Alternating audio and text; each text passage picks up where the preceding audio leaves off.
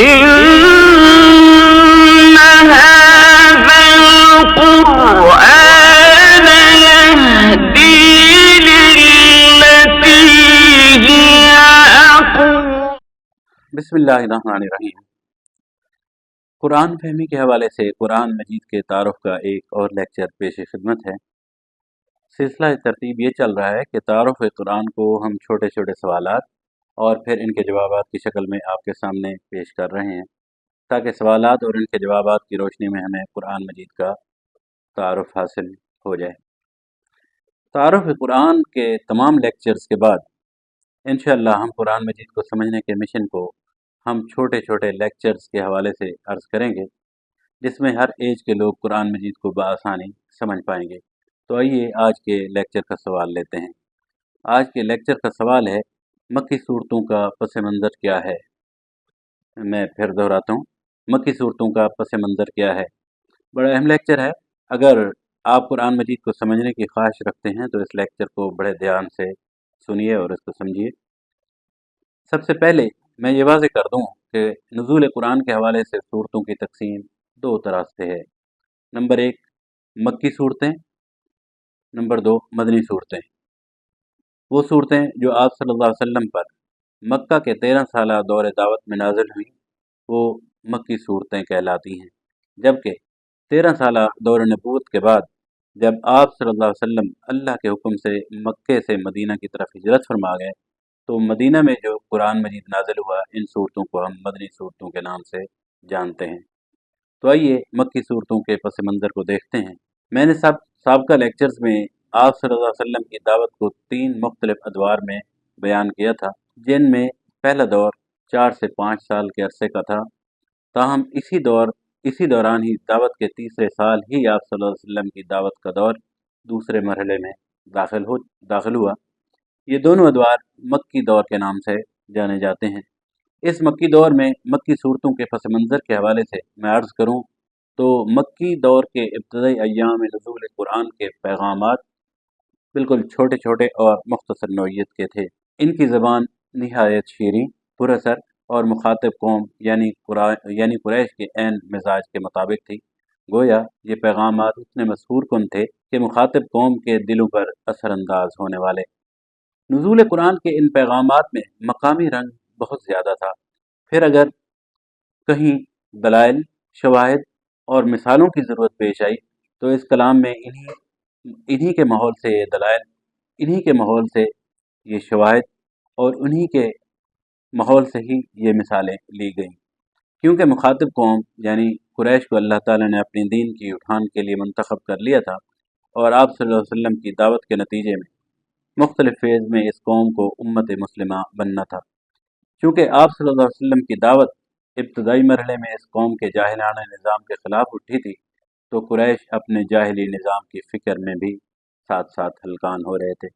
قریش میں اضطراب اور بے چینی بڑھتی جا رہی تھی اور وہ تحریک اسلامی کے اے روز پھلتے پھولتے اثر کو کچلنے کے لیے کسی حتمی منصوبہ بندی پر مجبور ہو رہے تھے اور اس مقصد کے لیے وہ سب کچھ کر گزرنے پر آمادہ ہو گئے جو جاہلیت کے نظام کو بچانے کے لیے وہ ضروری خیال کرتے تھے. گویا کشمکش کا وہ دور تھا جس میں حق و باطل کو ایک دوسرے کے مد مقابل اس انداز میں لا کھڑا کیا کہ باطل ہر حال میں تحریک اسلامی کو بزور بازو مٹا دینے کی ٹھان بیٹھا تھا. حق و باطل ایک دوسرے کے مد مقابل آ چکے تھے.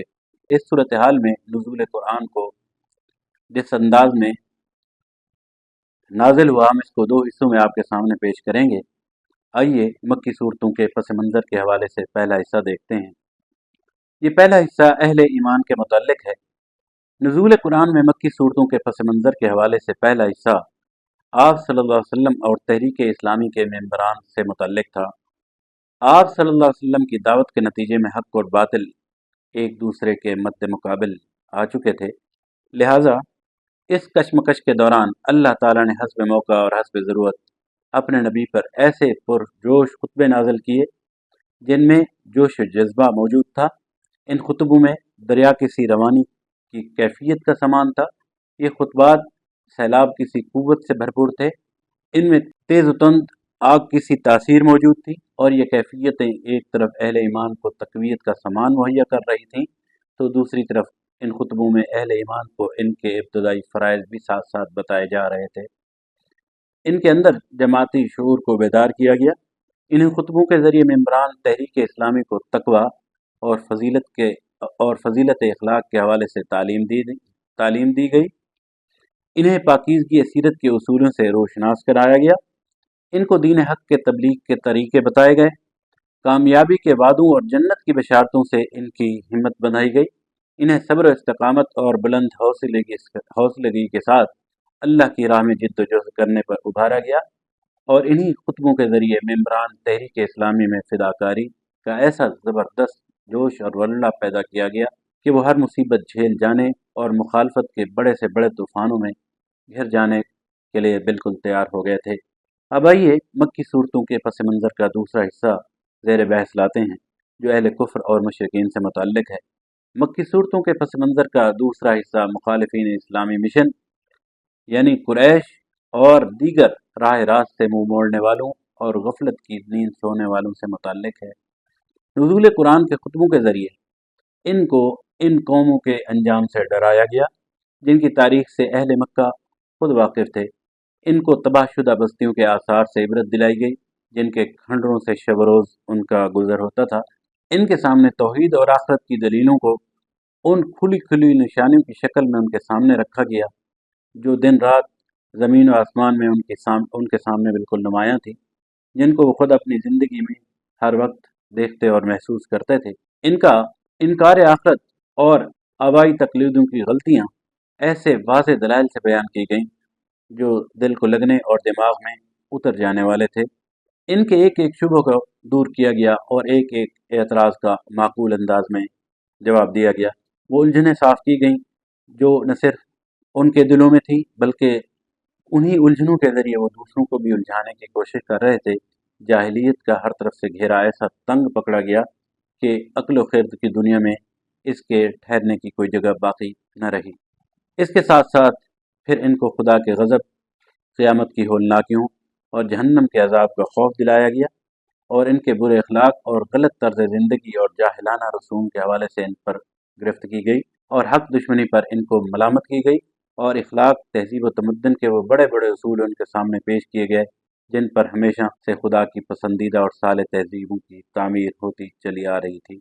یہ تھا مکی دور کے پس منظر کا دوسرا حصہ۔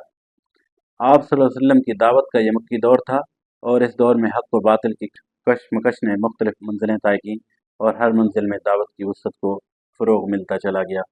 جد و جہد اور مزاحمت میں زیادہ سختی آتی چلی گئی۔ مختلف عقائد اور مختلف طرز عمل رکھنے والے گروہوں سے بھی تحریک اسلامی کو سابقہ پیش آتا چلا گیا، اور پھر اسی کے مطابق قرآن کے نزول کا انداز بھی وقت اور ضرورت کے مطابق بدلتا چلا گیا۔ یہاں تک کہ دعوت کا مکی دور اپنی 13 سالہ مدت پوری کر کے تحریک اسلامی کا یہ کاروان مدینہ کی طرف ہجرت کر گیا۔ یہ ہے آج کے لیکچر کے حوالے سے بحث جس میں ہم نے مکی صورتوں کا پس منظر بیان کیا ہے۔ الحمدللہ آج کا لیکچر مکمل ہوا۔ میں اس کے بعد نیکسٹ لیکچر میں تعارف قرآن کے حوالے سے ہم مزید کچھ عرض کریں گے۔ میں اپنے اس پلیٹ فارم سے آپ کو دعوت دیتا ہوں کہ مطالعہ قرآن کی طرف آئیں، قرآن مجید کو اپنے گھر اور اپنے کاروباری مراکز پر اپنے دستیاب وقت میں از خود مطالعہ کریں۔ یہ زندگیاں بدل دینے والا کلام ہے، لیکن افسوسناک امر یہ ہے کہ کبھی کبھار ہم یہ سن پاتے ہیں کہ قرآن مجید کو پڑھنا اور سمجھنا عام آدمی کے بس کا کام نہیں۔ میں یہ عرض کروں یہ بات بالکل غلط ہے اور نا سمجھی کا نتیجہ ہے۔ یہ کلام اللہ تعالیٰ نے انسانی مزاج کے مطابق نازل کیا ہے، کیونکہ انسان ہی اس کلام کا موضوع ہے، اور اس کتاب کو سمجھنا بہت آسان ہے، لیکن شرط یہ ہے کہ ہمیں اس کو سمجھنے کے لیے پختہ عزم اور عمل کی ضرورت ہے۔ ہم نے سلسلہ فہم قرآن شروع کیا ہے جس میں کسی بھی وقت کسی بھی مقام پر ہر ایج کے لوگ، مرد و خواتین، بہنیں اور بیٹیاں، بچے اور جوان قرآن مجید کے چھوٹے چھوٹے لیکچرز کے حوالے سے اس کو سمجھ پائیں گے۔ تو آئیے تحریک قرآن فہمی کی بنیاد پر اللہ کے دین کے غلبے کی عملی جد و جہد کے حوالے سے قرآن فہمی کا علم حاصل کریں، لیکن شرط یہ ہے کہ قرآن کو سمجھنے کے مشن کی بنیاد پر۔ اللہ تعالی ہمارے اس مشن میں ہمارا حامی و ناصر ہو۔ والسلام علیکم ورحمۃ اللہ۔